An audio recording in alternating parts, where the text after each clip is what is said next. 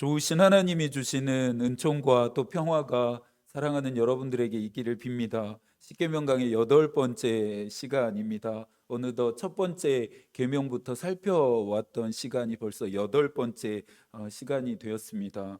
지난 시간에는 7번째 계명이 되는 간음하지 말라라고 하는 계명을 다루었습니다. 우리가 생각하는 단순한 성적인 외도를 넘어서 하나님의 백성으로서 어떠한 삶을 지향해야 하는지에 대한 깊은 함의를 살펴보는 시간이었습니다. 그러면서 간음하지 말라라고 하는 이 계명과 또 살인하지 말라라고 하는 계명의 연관성도 우리가 알게 되었죠. 간음과 살인이 죄악으로서의 유사점은 나를 파괴할 뿐만 아니라 다른 사람도 파괴한다라는 데 있습니다. 하나님이 간음과 살인을 금하신 최종적인 이유가 있다라면 죄의 영향력과 또 그 결과로부터 우리를 보호하고 우리가 죄의 종노릇 하지 않으면서 자유롭게 살아갈 수 있도록 해방시키기 위함임도 우리가 깨달았습니다. 무엇보다 이 계명들이 향하고 있는 최종적인 지점은 하나님을 사랑하고 이웃을 내 몸과 같이 사랑하는 것이라고 하는 도전도 저희가 함께 받았죠. 남은 계명들도 우리가 지켜내기 위해서는 하지 말라라고 하는 그 정도에 그치는 수동적인 순종이 아니라 능동적으로 남은 계명들을 어떻게 지켜 가야 할지, 그러기 위해서 반드시 우리가 무엇을 해야 하는지 하나님 앞에 질문하며 또 그것들을 실천할 수 있어야 합니다. 도둑질 하지 말라라고 하는 이 계명에 대해서는 크게 두 가지 주류의 해석이 있습니다. 먼저는 알트라고 하는 학자의 견해인데요. 그는 이 도둑질에 사용되어진 가나브라고 하는 이 히브리어 동사가 출애굽기 21장 16절에서 사람을 납치한 자가 그 사람을 팔았든지 자기 수하에 두었든지 그를 반드시 죽일지니라에 사용되었던 이 가나브라고 하는 단어와 동일하다고 하는 것에 주목하면서 도둑질이란 자유인을 납치하는 사람을 도둑질하는 행위로 이해했습니다. 그럴 만도 한 것이 당시 고대 근동의 노예는 문화와 같은 것이었습니다. 일반적이었다 할 수 있겠죠. 고가의 상품처럼 비싼 값의 노예들이 판매되었습니다. 그러니 돈을 벌기 위해서 급기야 인신매매까지 해서 노예로 파는 일들이 너무나 빈번하게 일어났습니다. 그래서 알트는 하나님이 이 행위 자체를 금하신다라는 것이 8번째 계명에 대한 해석이었습니다. 일리가 있죠. 그래서 하지만 많은 구약 성서의 학자들은 알트의 주장에 동의하지 않고 반대하고 있습니다. 알트의 주장에 반대하는 학자들은 이 가나브라고 하는 동사 하나만으로 전체의 해석을 이끌어가는 것이 옳지 않다라고 말하면서 알트의 이 주장이 가능하려고 한다면 이 가나브를 가능하게 하는 이 목적어가 이 본문에 이 맥락에 있어야 하는데 이 목적어가 없다라는 것입니다. 그래서 이 도둑질 하지 말라라고 하는 이 계명은 극단적으로 사람을 훔치는 일에만 제한되어지는 것이 아니라 모든 종류의 도둑질까지 하나님이 언급하고 있다라고 보는 것이 맞다라고 그들은 주장합니다. 그렇다면 지금부터는 성서가 말하는 도둑질의 의미가 도무지 어떤 의미인지 우리가 좀 찾아보아야 합니다. 십계명 강해를 준비하면서 웨슬리가 말했던 인간에 대한 이해가 틀리지 않았다라고 하는 생각을 하게 되었습니다. 웨슬리는 인간의 본성은 전적으로 무능하고 전적으로 부패했고 전적으로 타락했다라고 이해했습니다. 그래서 예수 그리스도께서 인간을 의롭게 하지 않으시면, 예수 그리스도께서 새롭게 하지 않으시면, 예수 그리스도께서 은혜를 베풀지 않으시면 안 되는 희망이 없는 존재였다라는 것이 웨슬리가 가지고 있었던 인간의 이해였습니다. 이것들이 십자가의 능력으로 다루어지지 않을 때 탐욕이라고 하는 열매가 우리의 삶에 결실하게 됩니다. 십계명은 탐욕을 다스리고 극복하게 하는 안전장치로 우리에게 주셨다라고 하는 이야기들을 십계명 강해 시간에 계속해서 강조하고 있습니다. 어떤 탐욕들입니까? 다른 신도 섬겨보고 싶은 탐욕입니다. 나를 위해 우상을 만들어 보고 싶은 탐욕입니다. 안식 없이 폭주하고 싶은 탐욕이죠. 부모를 결코 공경하고 싶지 않은 탐욕입니다. 살인하고 또 간음하고 싶은 이 탐욕들에 종노릇하지 않고 자유로운 존재로 살아갈 수 있도록, 자유로운 존재가 곧 무엇입니까? 하나님의 백성으로서 살아가도록 이 10가지의 계명이 십계명을 하나님에게 우리에게 주셨다라는 것입니다. 현대 사회는 존재의 있음 자체만을 귀하고 아름답게 여기지 않습니다. 하나님께서 창세기 1장에서 피조되어진 세계의 있음 자체만을 바라보시면서 한없이 기뻐하셨던 그 경탄을 인간들은 잃어버렸습니다. 존재함으로써, 그냥 있음으로써의 가치와 정체성이 이제는 사라져버리고 현대 사회에 와서는 무엇을 소유했느냐가 곧 자신의 이름이 되고 있습니다. 자신의 정체성이 되고 있죠. 창조의 영성으로 다른 사람과 피조세계를 바라보는 것이 아니라 물질 만능주의라고 하는 만몬의 영의 관점으로 다른 사람과 피조세계를 바라보게 됩니다. 그러니 인간들이 바라보는 것들은 경탄과 환희와 축복의 대상이 아니라 나의 탐욕을 채워줄 수단과 도구로밖에 보이지 않는 것입니다. 사람들은 더 이상 내 자신에 대해 말하지 않습니다. 그러나 내가 무엇을 소유하고 있는지는 말하고 있습니다. 어떤 집에 살고 있고, 어떤 차를 타고 있고, 어디에 땅을 가지고 있고, 어떤 멤버십들을 가지고 있고, 주식을 포함한 자산은 얼마나 되고, 이런 이야기들을 하게 됩니다.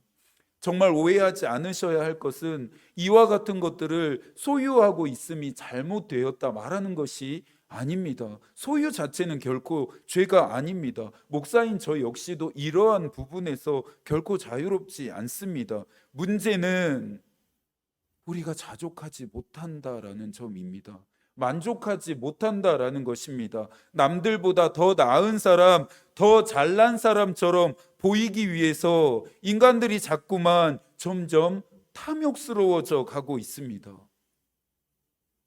몇 년 전에 초등학생을 대상으로 장래의 꿈을 묻는 이 질문에 많은 아이들이 뭐라고 대답했는지 혹시 아시나요? 초등학생들을 대상으로 한 질문이었습니다.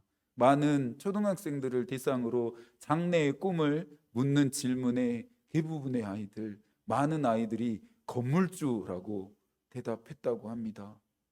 순진한 대답이라고 여기면서 마냥 흐뭇해 할 수만은 없는 것 같습니다. 하다 이제 조물주 위에 건물주라는 말도 있죠. 탐욕스러움이 우리가 살아가는 세상을 이미 너무나도 많이 오염시켜 버렸습니다. 도둑질의 동기가 무엇입니까? 내가 가진 것 이상에 대한 욕망의 집착으로부터 발생합니다. 인류의 가장 오래된 죄악 중에 하나가 도둑질이었습니다. 하나님이 아담과 하와를 창조하십니다. 그들을 위해 에덴 동산까지 만들어 주시죠. 그 안에 하나님이 창조하신 모든 피조물들을 아담과 하와에게 주십니다. 하나님의 소유였던 것들을 인간에게 명의 변경을 해주셨다고 봐도 될 것 같습니다. 그러면서 하나님은 동산 중앙에 있는 선악을 알게 하는 나무만은 아담과 하와에게 주시지 않습니다. 여전히 그것만은 하나님의 것으로 구별해 놓으시는데요. 하지만 아담과 하와는 자신들이 부여받은 충만함과 풍성함에 자족하지 않았고 만족하지 않고 그 이상을 바라게 되었습니다. 창세기 3장 5절을 보니 그들이 선악을 알게 하는 나무의 열매를 따먹은 동기를 고발하는데요. 하나님과 같이 되고 싶었기 때문이라고 말합니다. 하나님과 같이 되고 싶은 탐욕 때문에 그들은 넘지 말아야 할 경계를 넘게 되었고 하나님이 금하신 것을 어기는 죄악을 저지르게 되었습니다. 탐욕이 정말 무서운 이유가 있습니다. 조금 전에도 말씀드렸던 것처럼 세상에 있는 모든 것들을 자신의 탐욕을 채우기 위한 소유물로만 인식한다라는 점입니다. 그래서 기꺼이 다른 사람의 것을 훔치고 빼앗거나 파괴하는 일까지 서슴지 않습니다. 만약 이러한 일들이 하나님의 백성인 이스라엘 백성들 사이에서 일어나지 않았다라고 하면 오늘의 계명은 달라졌거나 명령되지 않았을 수도 있습니다. 하지만 도둑질 하지 말라라고 하는 이 계명을 주신 이유는 하나님의 백성들조차도 탐욕을 채우기 위해 도둑질하고 있었기 때문입니다. 예레미야가 우리에게 그들의 행위를 고발합니다. 이스라엘 백성들이 어떻게 도둑질하는 이 죄악들을 저질렀는지를 예레미야 5장 26절부터 29절에서 이야기하고 있는데요. 저희가 한번 찾아서 함께 읽어볼까요? 예레미야 5장 26절부터 29절입니다.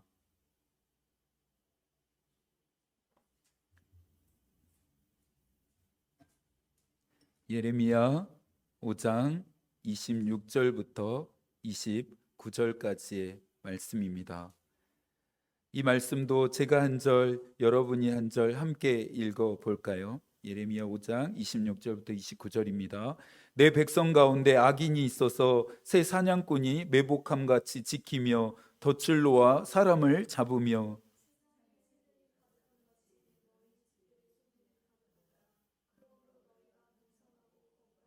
살찌고 윤택하며 또 행위가 심히 악하여 자기 이익을 얻으려고 송사 곧 고아의 송사를 공정하게 하지 아니하며 빈민의 재판을 공정하게 판결하지 아니하니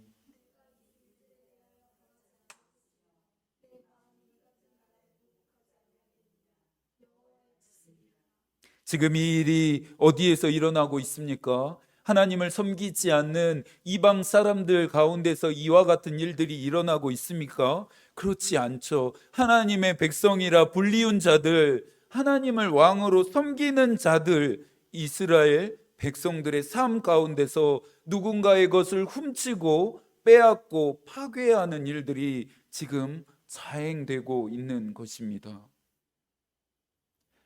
오래전에 신학대학을 들어가서 이제 수업을 듣고 이제 시험 기간이 되어서 시험을 보는데 감독관이 들어왔습니다. 시험 시간을 이제 다 마치고 학교를 내려가는 길에 엉뚱한 생각이 들었습니다. 신학대학에서 시험을 보는데 왜 감독관이 들어온 거지? 하는 생각을 하게 되었습니다.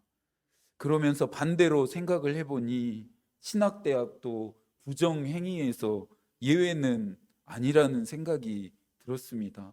다른 누군가가 수고하고 노력한 시간들을 빼앗는 도둑질이 이 신학의 현장에서도 벌어지겠구나 생각했습니다. 뭐 다른 학교를 비난하는 것이 아니라 도둑질하고 싶었던 저의 충동을 지적하는 것입니다. 감독관 없이 시험을 치를 때 더 높은 점수를 얻기 위해서 살짝만, 잠깐만 정의롭지 않으면 된다라고 하는 유혹이 제 안에도 꿈틀거렸기 때문입니다. 창작의 모든 영역들이 요즘 표절이라고 하는 문제로 몸살을 앓고 있습니다. 조금 전에 말했듯이 신학이라고 하는 분야도 예외는 아닙니다. 어쩌면 보이지 않기 때문이지, 볼 수 없기 때문이지, 남의 것을 도둑질하는 일들이 가장 많이 일어나고 있는 현장 중에 하나가 신학의 분야가 아닐까 생각해 보게 됩니다. 도둑질하는 이 사람들은 아마 저와 같은 목사들이 주범이겠다 생각을 해 보게 됩니다. 한 주 동안 많은 설교들을 준비해야 하다 보니 다른 설교를 모방하거나 각색해서 사용하게 됩니다. 남의 설교에 내 이름만 슬쩍 끼워 넣는 경우들도 일어나게 됩니다. 물론 같은 본문이나 주제를 다른 목사들은 어떻게 설교했는지 보면서 또 다른 통찰력이나 아이디어를 얻는 것을 문제 삼는 것은 아닙니다. 이 과정 가운데서 표절인지 아니면 인용인지는 설교를 준비하고 있는 목사 자신이 제일 잘 알고 있을 것입니다.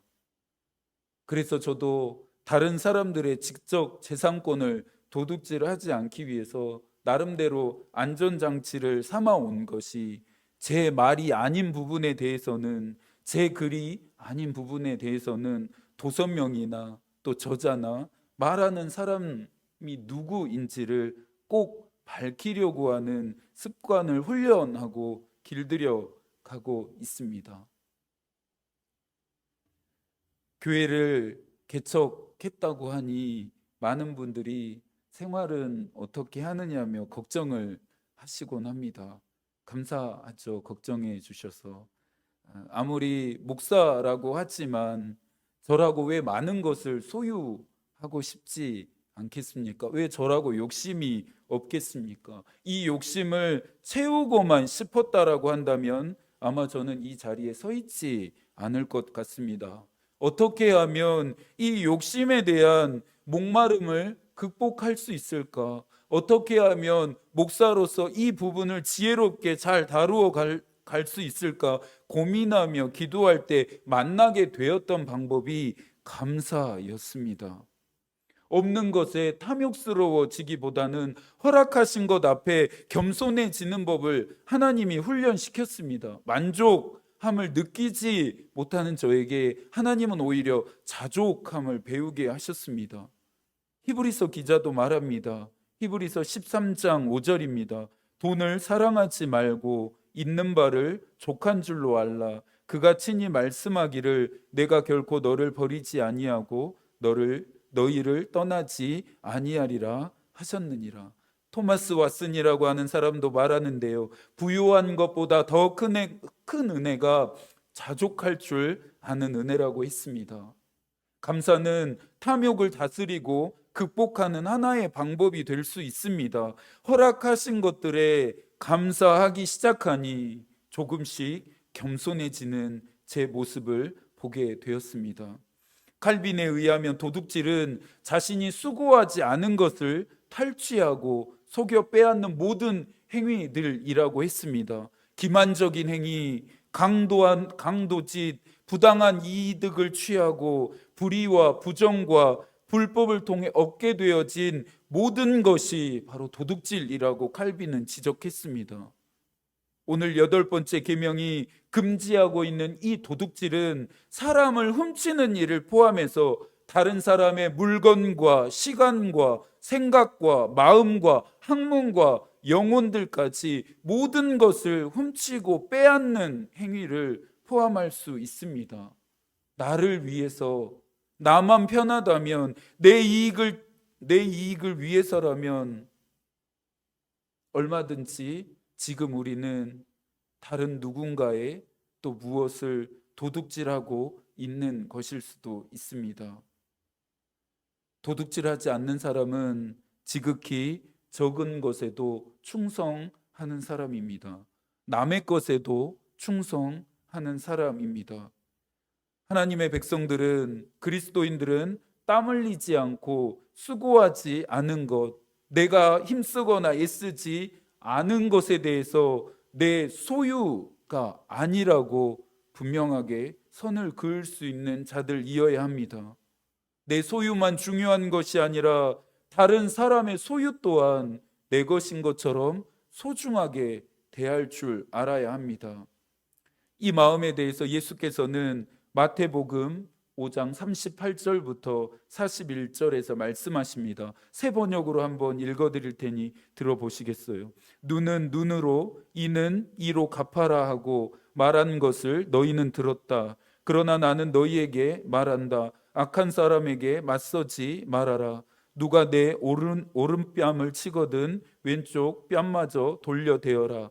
너를 걸어 고소하여 내 속옷을 가지려는 사람에게는 겉옷까지도 내어주어라. 누가 너더러 억지로 우리를 가자 하거든 심리를 같이 가주어라. 웨슬리는 돈이 많이 벌라라고 설교했습니다. 돈을 많이 벌라라고 설교했던 믿음의 선조는 웨슬리밖에 없습니다. 모두들 부자가 되라고 웨슬리는 말했습니다. 웨슬리가 이처럼 설교하고 말한 데에는 이유가 있었습니다. 그렇게 많이 번 돈으로 인해 이웃에게 나누고 베푸는 삶을 살게 하기 위함이었습니다.